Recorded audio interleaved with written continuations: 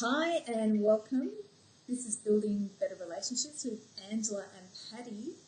And Patti, today can you share with people why we're dressed up, or why we're actually a bit strange looking today? Well, it's because you made the suggestion at the end of our last podcast or Facebook Live for us to dress up because it's the month of October. So I'm dressed up as a butterfly, and you're dressed up as a cat. So we're going to have a little bit of fun this Facebook Live. Because the topic is getting social beyond social media, which we happen to be talking on, which is quite ironic, but we thought we'd have some fun with the social media as well. And Patti, what about getting beyond the screen? Do you want to share with people what you're saying about we that? need to get social instead of hiding behind the screen or masks. And I can't really talk to people. We're more bold when we have the screen in front of us than when we're actually socializing. Yeah, so I was thinking, because both you and I, before, we didn't really plan our costumes. We knew what we were doing, but both of us used a mask. And it's funny because when you use a mask in a masquerade, the idea is you're taking on another persona. But now, like in Halloween, that's why I love Halloween so much. I'm from Australia, but when I lived in America, my first Halloween there was the best thing because everybody got dressed up, adults, kids, and people went out of the house in costume, which I thought was the funniest thing to see parents and children doing that together, especially because the parents were laughing at the kids getting scared. And I got to get dressed up and scare the kids as well, which was fun. Yeah. And so today we're looking at what are the masks that we use if we're not dressing up. Social media and the screen has become like that mask that we use to avoid getting social, to being social. And Patti, you were talking about, like, in other times before social media and before screens and iPhones and people being glued to their phone, in other times we used to have to be social, but now we've got a choice to not be social. So what was it like before when we were forced to be social in different times before these technology days? Well, in today's world, we have homeschooling. We have where you can take online classes and you don't have to interact with people. You can order your food online and have it delivered to you. You can actually, and people work from home. Yeah. Well, when I was growing up, you were forced to be social. You were, when I was a child, I was very, very shy and I was an only child. So my parents enrolled me in preschool and kindergarten and got me out there to help me get social skills. When you're at school, when you're interacting, you learn social skills. But if you're by yourself all the time, you don't learn those social skills. So it's real important to get out there and have face-to-face contact with people.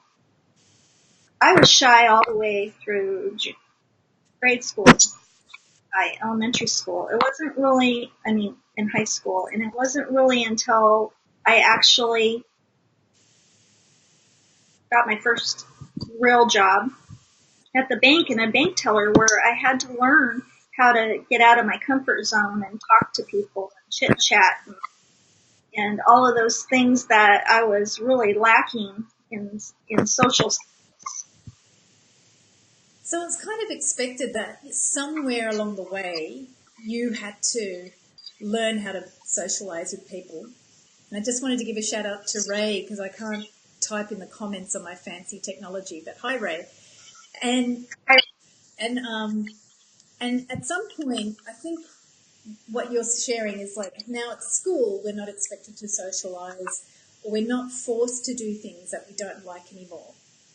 Whereas before, people were forced to do a lot more things, like you might not be good at something, so you'd be forced to do stuff. And now, I remember when I was younger as well, I had a lot of social anxiety, but I also forced myself to get out there and socialise as well, because I thought it was a part of society, what was expected for us in society, and kind of what we needed to do in order to be accepted in society.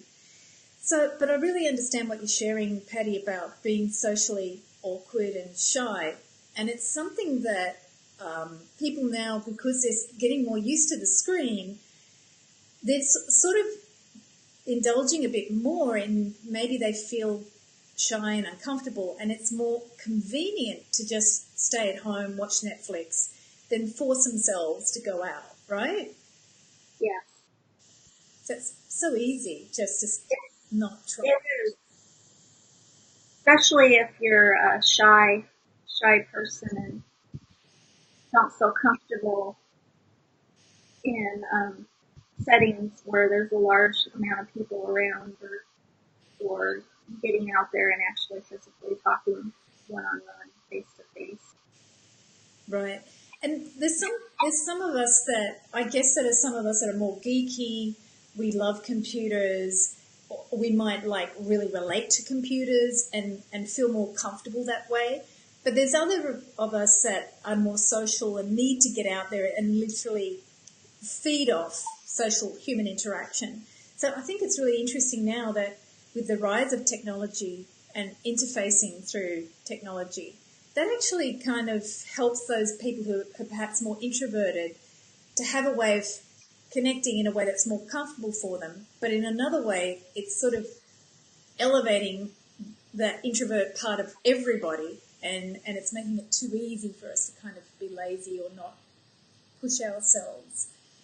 So, Patti, what about what do you see as a strategy for people to get out of, like, oh, I just don't want to really go out, so I can just stay at home? What have you recommended to people as a way to break through that habit?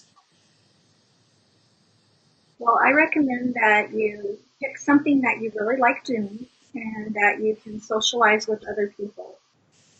Joining a bowling league, going to a sports event, and go every week. And then say you enjoy football, watching football, you could get a season ticket and be at all the games.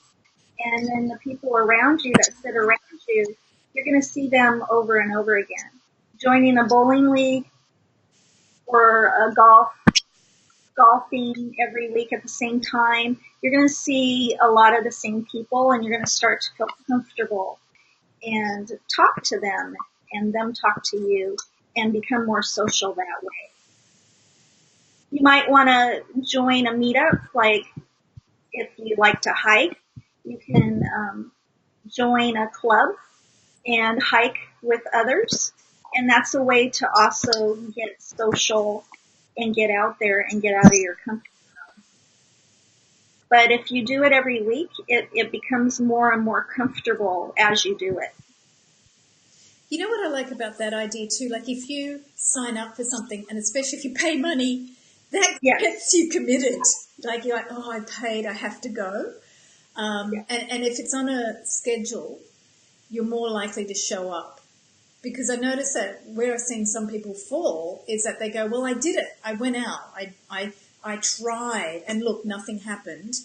And that's what you're saying, is that like it's through consistent effort and people seeing you that you start to actually get that connection that you might be looking for, or even just familiarity. You know, if people feel like you feel comfortable, you start to actually feel comfortable with people, because people at the beginning in a group you might not feel comfortable. And some people, extroverts, might be really good with strangers, but a lot of other people, we're all freaked out. I certainly was.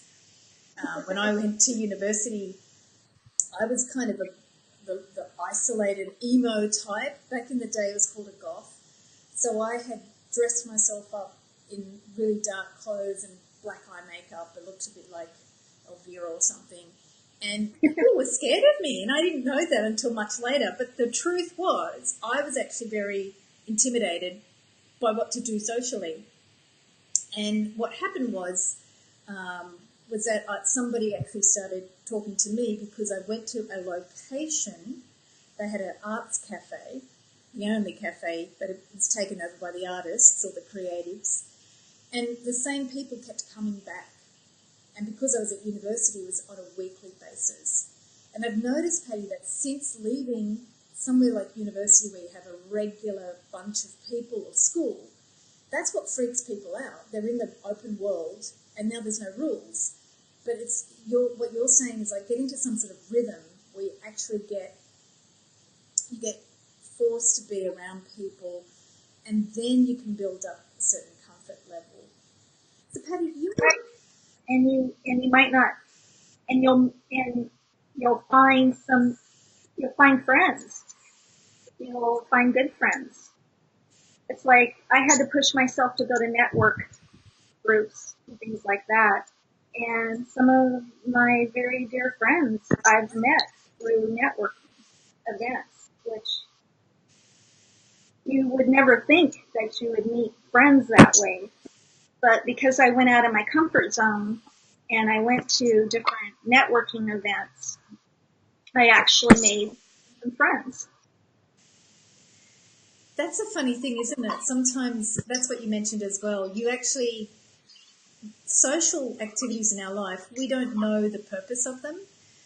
But a lot of the time, it's to meet people that if you didn't go to that event, you wouldn't have met that person and your whole life wouldn't have gone in a certain direction.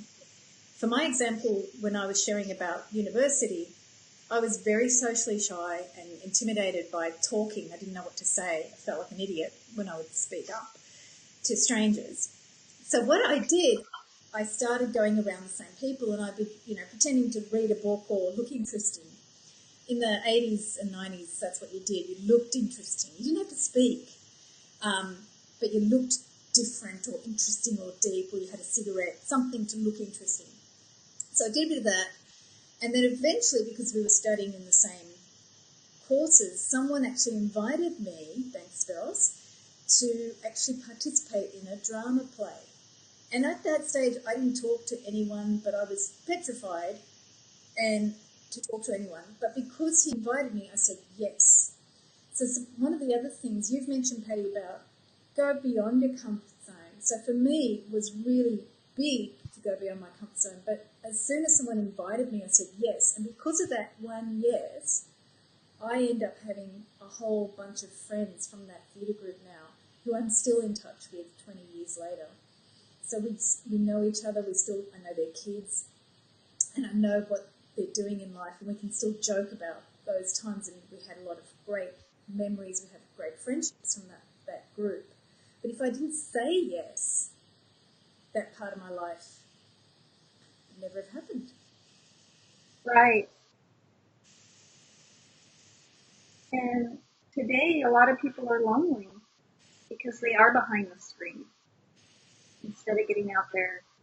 Yeah, they may have acquaintances that they've met on social media, but they don't have any face-to-face contact and actually building a very good relationship with somebody, actually talking to them face-to-face, going and doing things together. That is so important. Getting out there, getting out of your comfort zone, and pushing yourself to meet people and actually talk to people.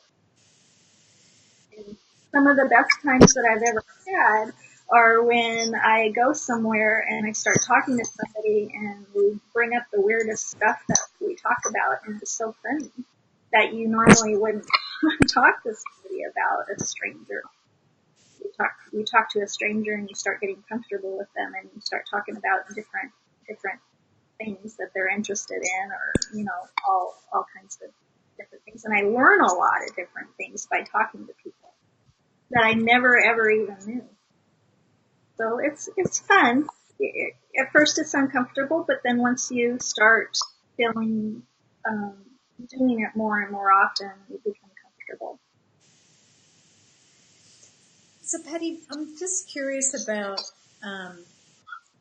with what do you see as, because you mentioned face-to-face is so important. So what I'm trying to share or discover is what's missing when we're online. What are we missing that we're not getting when we're face-to-face? Because I think that's what people are really, I mean, we've already talked about being awkward, but what's the difference that we're looking for? What are we missing when we're not getting that face-to-face? But your true person comes out when you're face to face. When you're hidden behind a screen, you're more bold. And a lot of people think that when they're on social media, that they'll put things on there to make their lives seem like they're perfect. Well, not everybody's life is perfect. We all have our struggles, and some people get depressed by seeing that different people's lives are going wonderfully and they do all of these things, and you're behind a screen not doing anything at social media or playing games or things like that. Yeah. And happiness is so important, and the only person that can make happiness is you. And when you go out and you meet different people and you learn new things, and having that face-to-face interaction, you can see body language, and just making that connection with somebody, a true connection.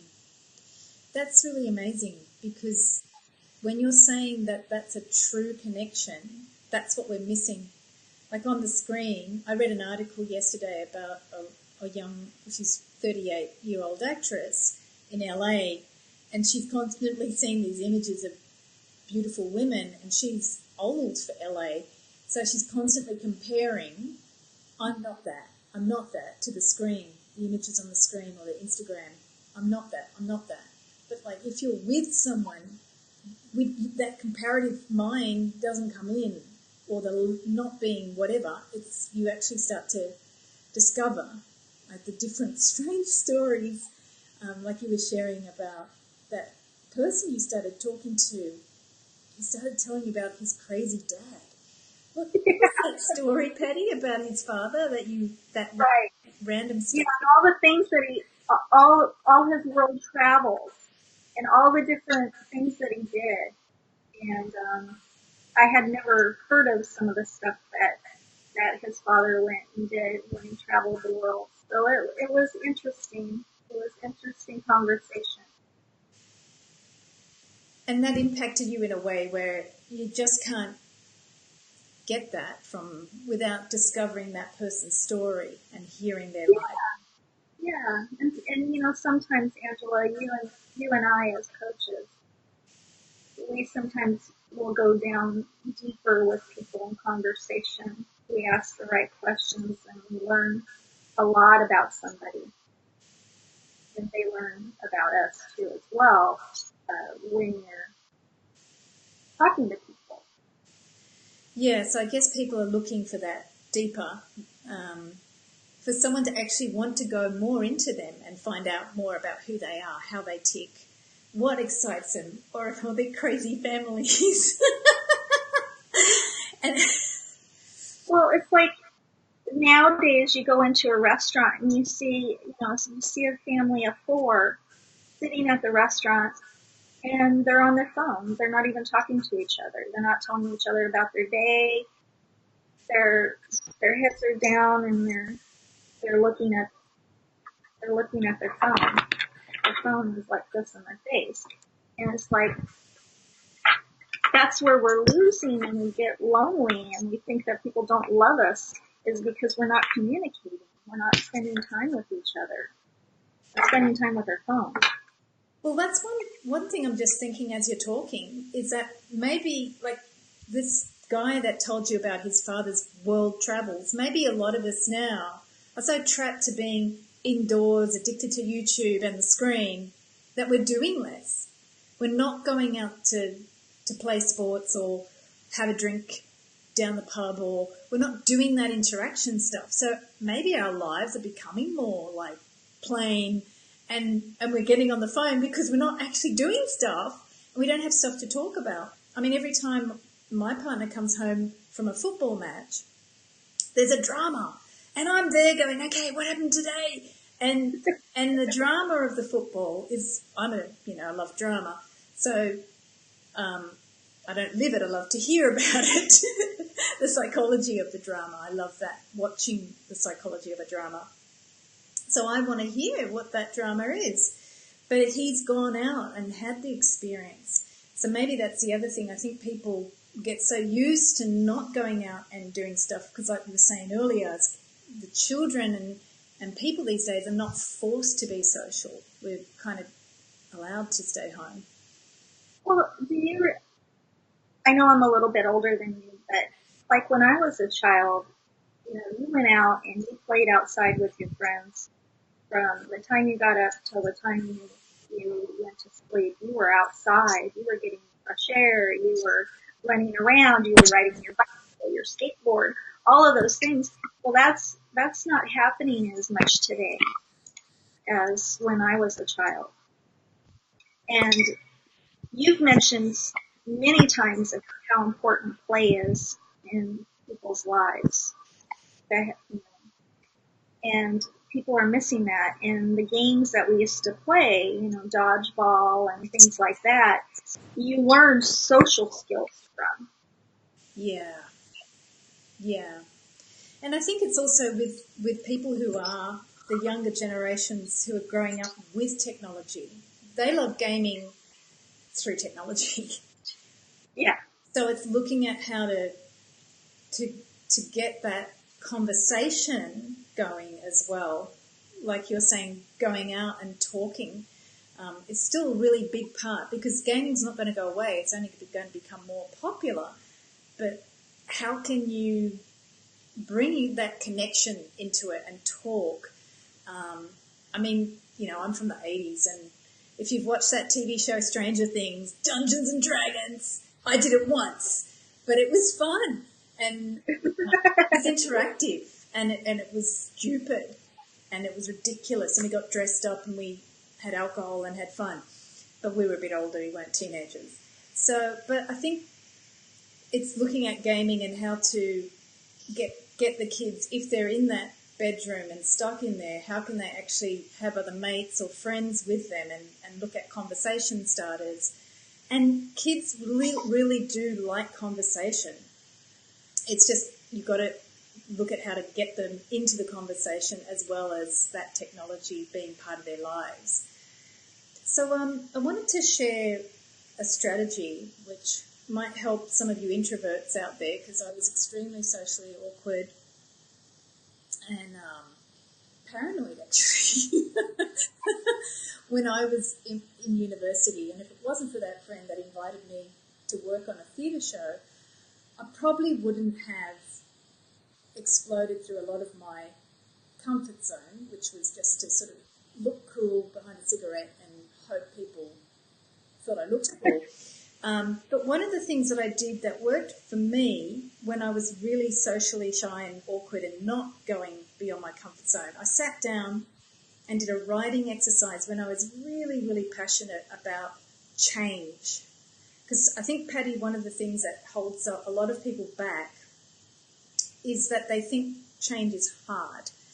So this is a creative exercise. Sit down and write exactly what you want to do or experience with people. So I was very creative kid and young adult. And I just wrote down all of the drama and all of the creative stuff and the writing and the shows and the dance and the blah.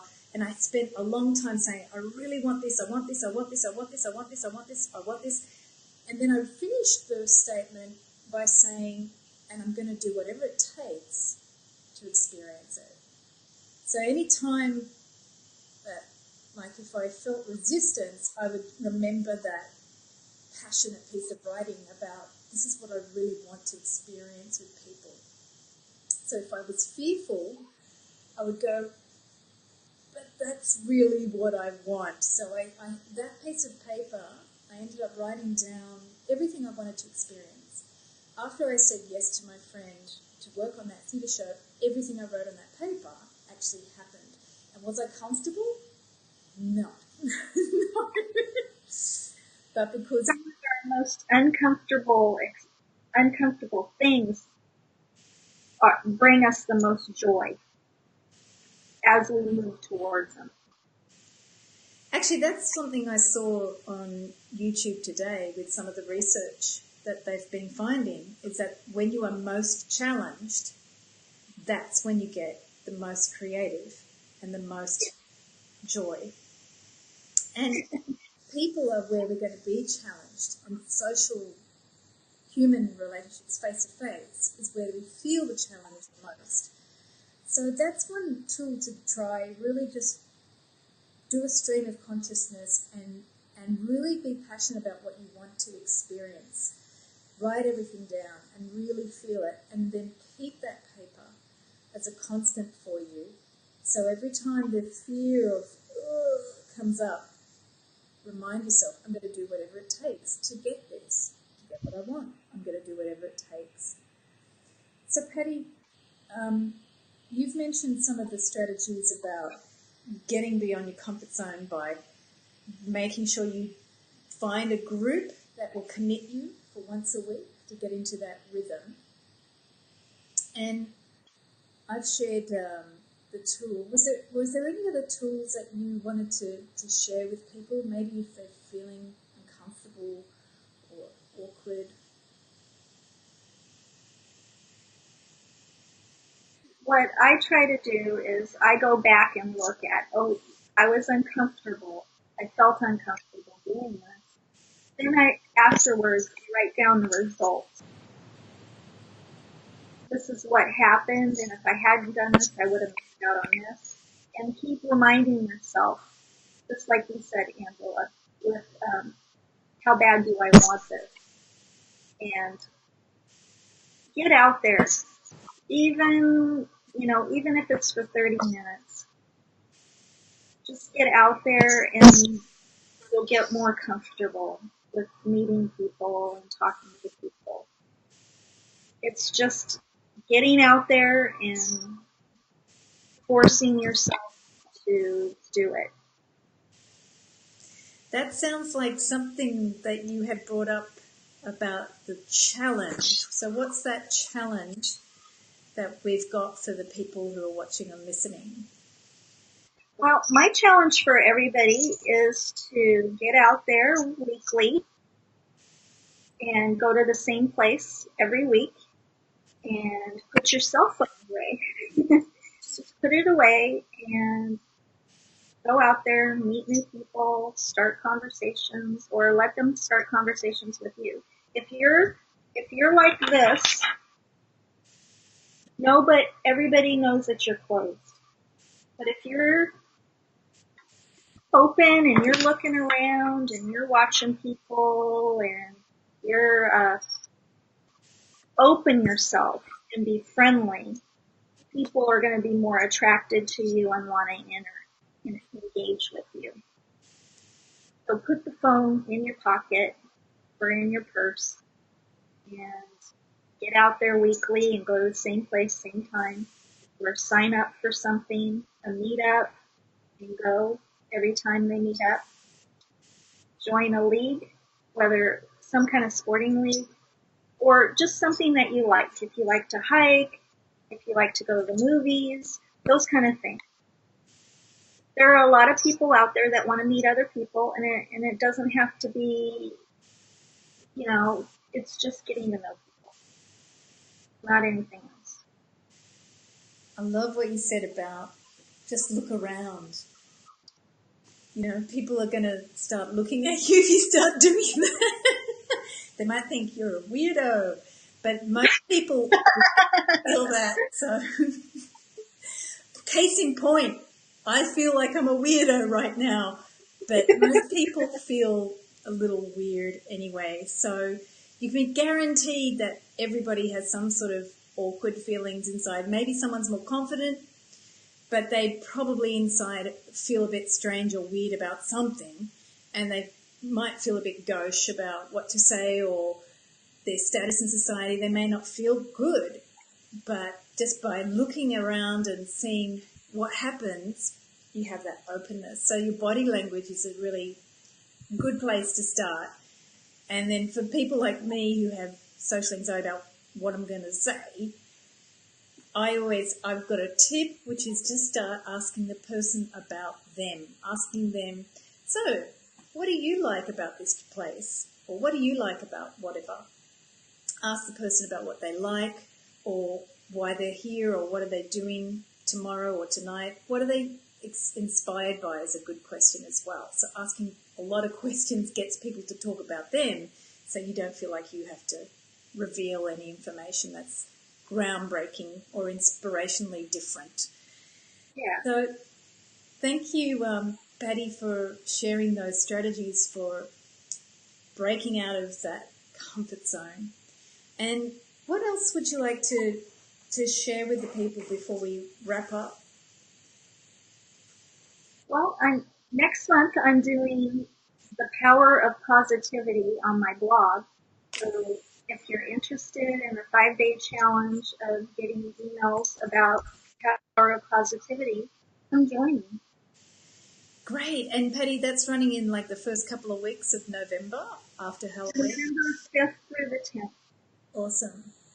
And if because I'm away, but if I miss those power of positivities, I can follow. We've got the link in the description for Patti's blog, so you can join the blog and follow along with that.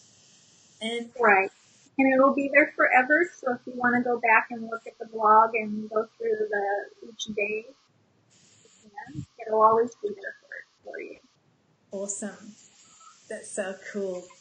It's a good time before Thanksgiving as well, with all these festive times coming up as well. All right. Thanks, Patti. Thank you, Angela. Yeah. And so wishing everyone a happy pumpkin holiday month if you're in the North Americas. My ears are needing cleaning because they're slightly lopsided, and Patti's butterfly is going to go and be social somewhere.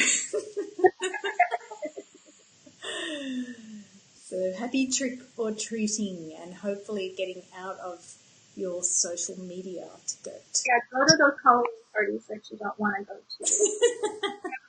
And start talking to people. And don't hide behind the screen.